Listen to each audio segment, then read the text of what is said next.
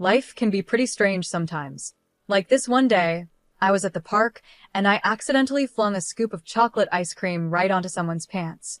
Let's just say, my name's Julie, and clumsy moments seem to follow me everywhere.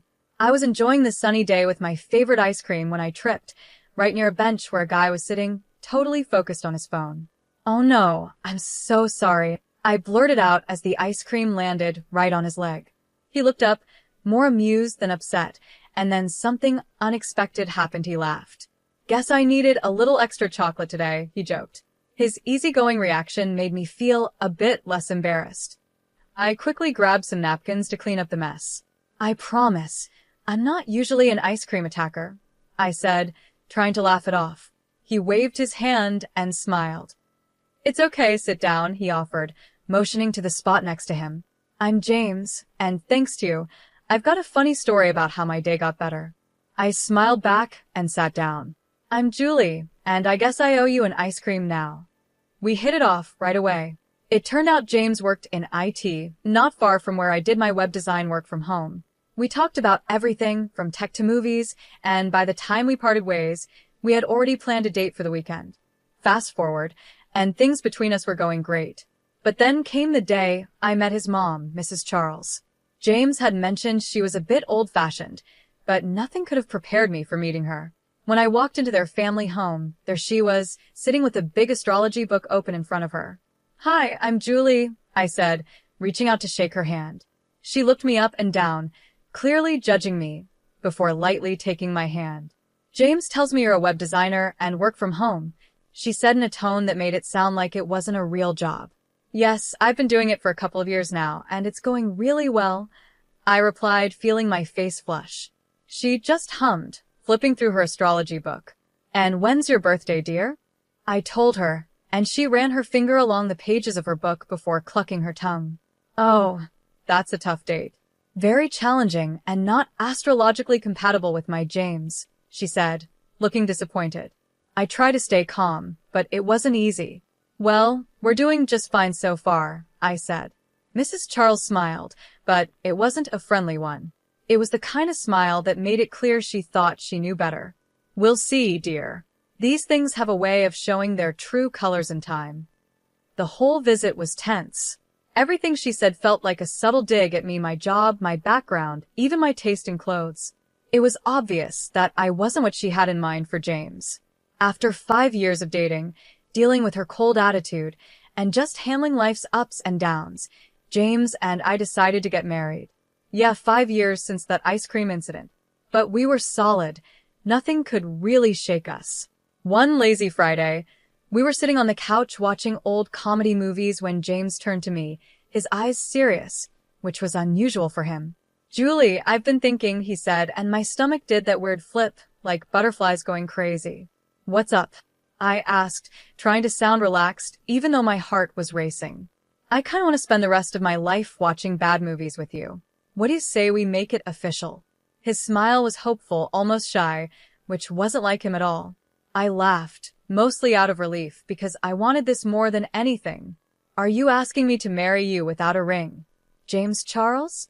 "Damn right I am," he said, grinning. "But I promise I'll get you a ring that'll make up for this lame proposal." He hugged me, and it felt like everything was just right. Planning the wedding, though, was a whole other story, especially with Mrs. Charles giving her opinion at every turn.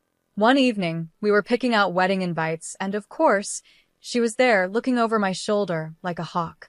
"You're not seriously considering this design, are you?" She frowned at the floral pattern James and I had chosen. "It's far too girly." "Mom, it's what we want."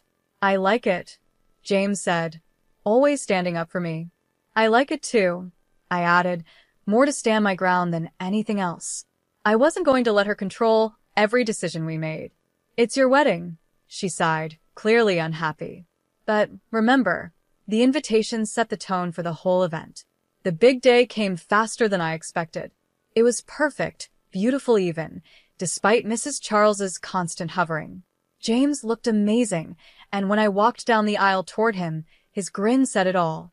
We had our wedding ceremony outside, under a big old oak tree. The Henry was a friend of James's, someone who knew us both well as a couple, not just as two people getting married.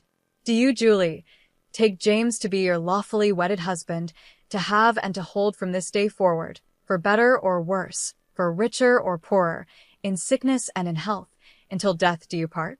And do you, James, take Julie to be your lawfully wedded wife, to have and to hold from this day forward, for better or worse, for richer or poorer, in sickness and in health, until death do you part? We exchanged rings, and when James slid the ring onto my finger, it felt like we had won not just against Mrs. Charles's comments or the stress of planning the wedding, but overall, the challenges life had thrown at us. You may now kiss the bride, the Henry said, and James didn't wait for a second. As soon as he kissed me, cheers erupted from all around. It felt like a scene from a movie, but even better because it was real, and it was our moment. We had been living together for 3 years, and everything felt right. But buying our own home was a big step. We spent our weekends looking at houses, discussing what we liked, and figuring out what we could afford. One sunny Monday, we found a house that checked almost all the boxes. It was charming, with a big kitchen and a spacious backyard. The only problem? It had a lake pool. I had told James about my fear of water, a fear I'd carried since I almost drowned as a child. Since then, I avoided lake pools, even bathtubs. But James, bless him, loved everything else about the house. Julie, I know it has a lake pool, but hear me out. Everything else is perfect, and we're getting it at a great price, James said, trying to calm my worries as we looked at the house. I bit my lip, thinking. The house was really beautiful, and the price was almost too good to pass up. Okay, but I'm not going near that lake pool, James. You know that, right? James wrapped his arm around me, pulling me close. Of course, babe. We'll figure it out. Maybe later on we can fill it in or something. For now, we don't have to use it. We moved in, and it was like a dream come true. The house and the neighborhood felt perfect, but it didn't take long before Mrs. Charles came over to see our new place. I braced myself for her usual comments. She always had a way of showing her disapproval, especially when it came to money and my job. As she walked through our living room, her eyes took in every detail, her lips tight. Finally, she spoke, her tone dripping with doubt.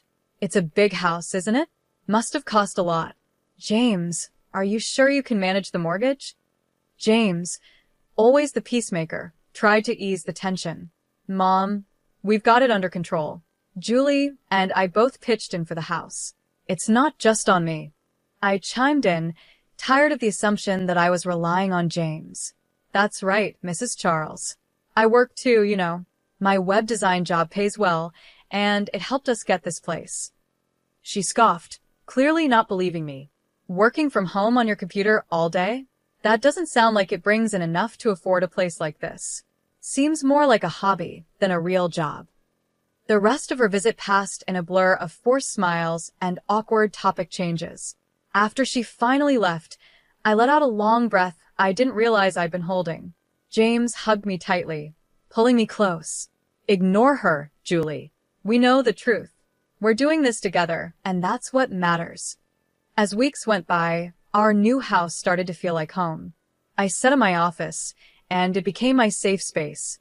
From there, I worked on web design projects that not only paid well, but also showed that I could contribute just as much to our life together.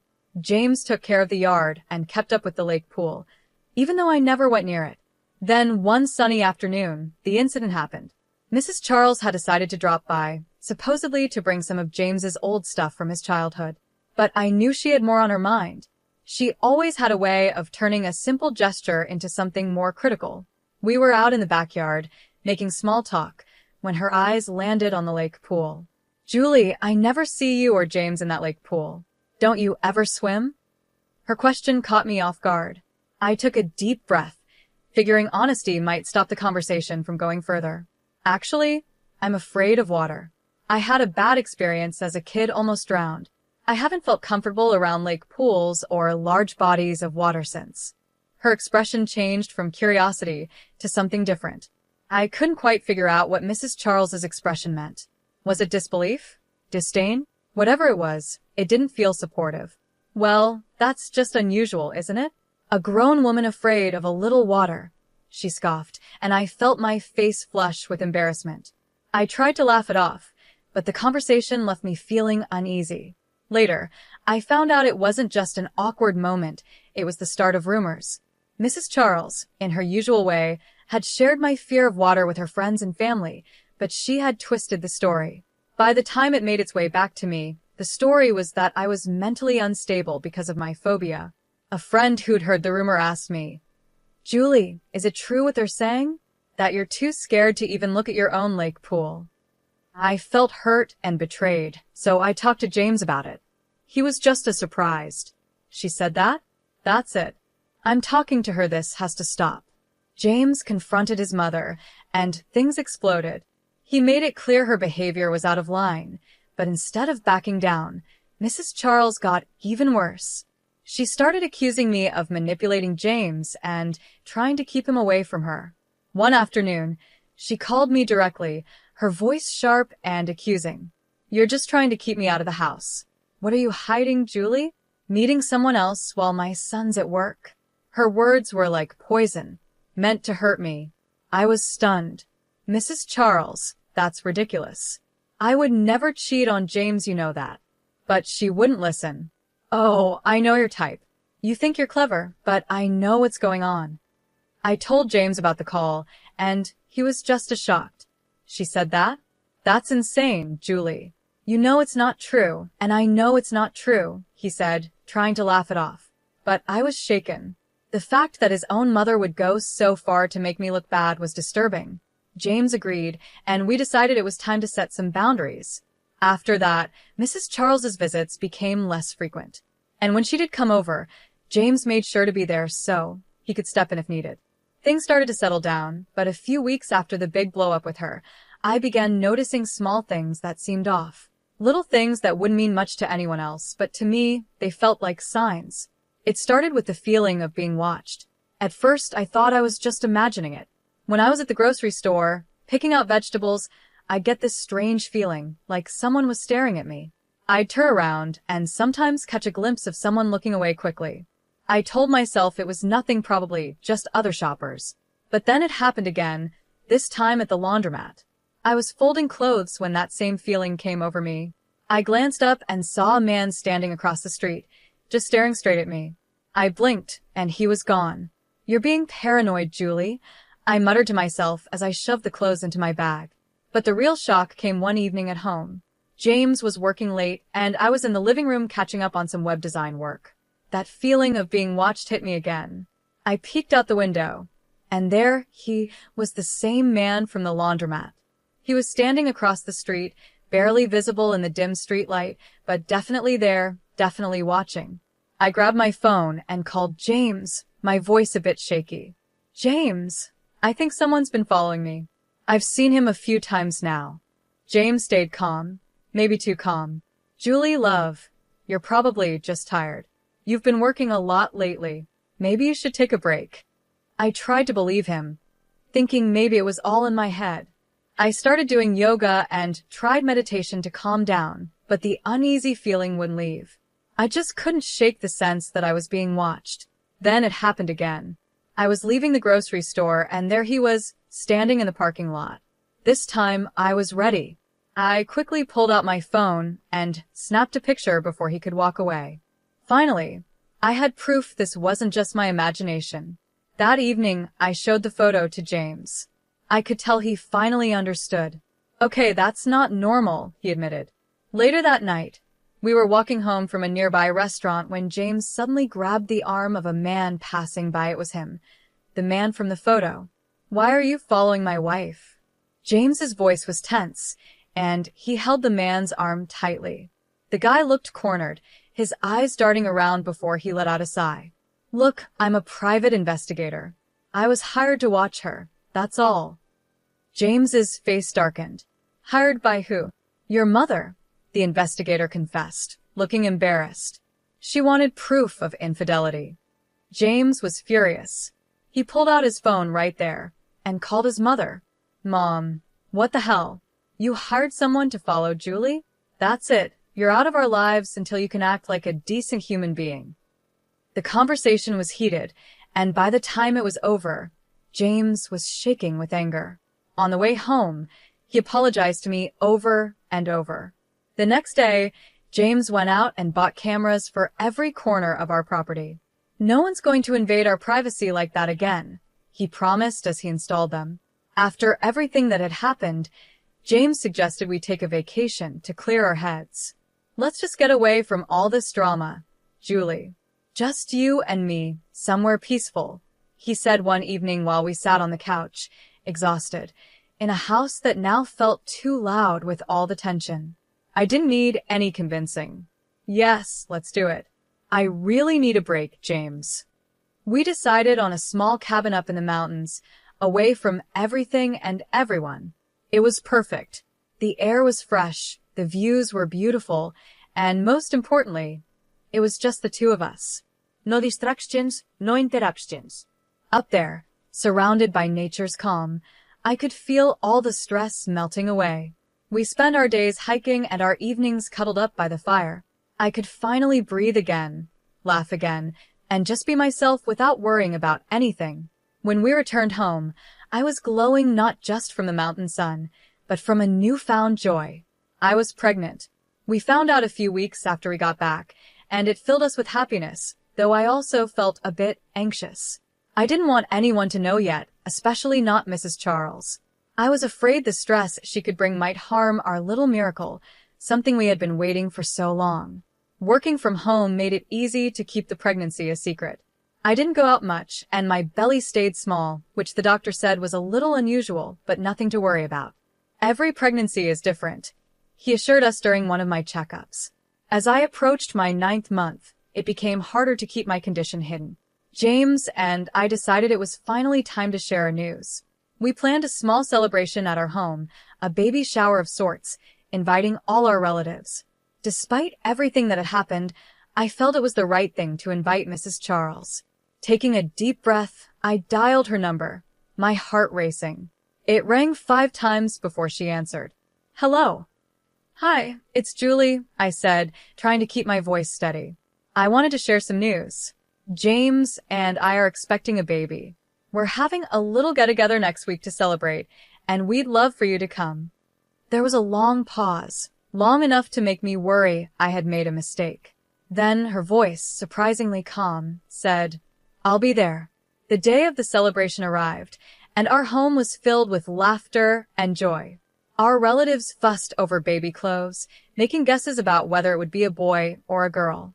I mingled with the guests, my hand often resting on my small belly, feeling the gentle kicks of our baby. Everything was fine until my worst fear came true.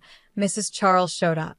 Throughout the afternoon, she kept her distance, whispering to anyone who would listen, hinting that my pregnancy was a lie. Look at her, she said spitefully. 9 months pregnant and barely showing. She's made this all up to trap my son and take his money. Thankfully, her words didn't have much effect. The guests chuckled and rolled their eyes, knowing her history of constant disapproval of me. They dismissed her accusations as just another one of her wild stories. But Mrs. Charles didn't stop. I'll prove it to all of you, she muttered angrily, stomping off, her face red with either anger or embarrassment, maybe both. Feeling a mix of frustration and determination to end this nonsense, I followed her out to the courtyard near the lake pool. Can we just talk? This isn't true, and you know it, I pleaded, keeping my voice steady even though I felt a storm of emotions inside. Her face twisted with anger. Save it. I know exactly what you're up to, she snapped, her tone ice-cold. As I turned away, desperate to convince her, I suddenly felt a hard shove from behind. I lost my balance and stumbled forward. The edge of the lake pool came closer, and before I knew it, I was falling into the water.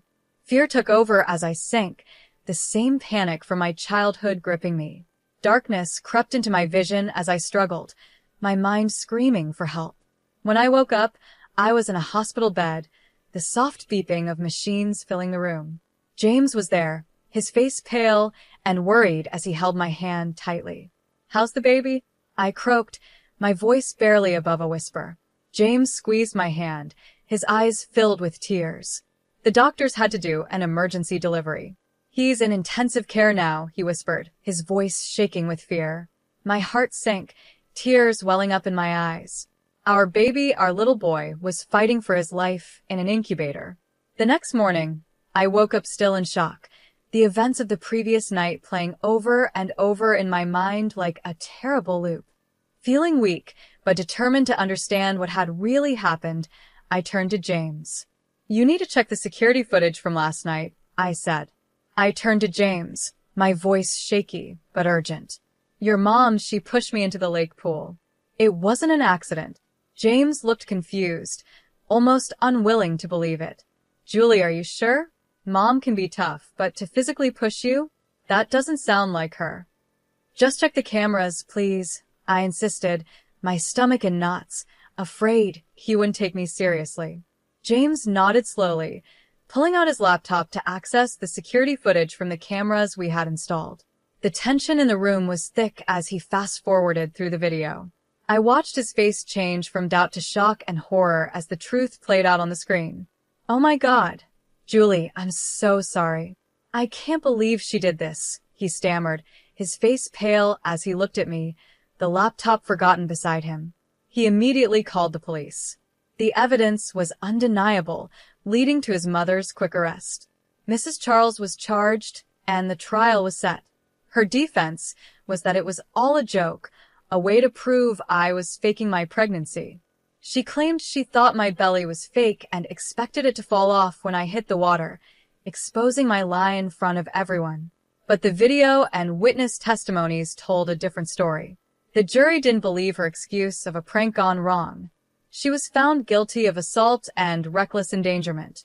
The judge, stern in his verdict, sentenced her to 2 years in prison.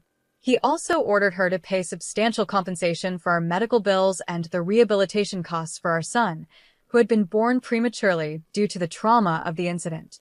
To cover the fines and compensation, Mrs. Charles had to sell her house. As our son fought through his early months, undergoing many medical treatments and therapy to catch up in his development, the strain on us was immense. Every day was filled with hospital visits, therapy sessions, and constant worry. But over time, with relentless care and medical help, our little boy began to thrive. Through it all, James and I grew closer. The challenges we faced only strengthened our bond, and our love for each other and for our son deepened in ways we hadn't imagined. As Mrs. Charles's release date got closer, I made an important decision for our family's safety. I filed for a restraining order against her, and it was granted. She was not allowed to have any contact with us, especially with our son. It wasn't an easy decision, but it was necessary. Keeping our child safe was the most important thing, and we couldn't risk more problems in our lives. One evening, after we put our son to bed, James looked at me with a gentle smile. You know, despite everything, I feel lucky. We have each other, we have him, and we have a future. It James the end of a difficult chapter in our lives, but more importantly, it was the start of a new one filled with hope, healing, and happiness.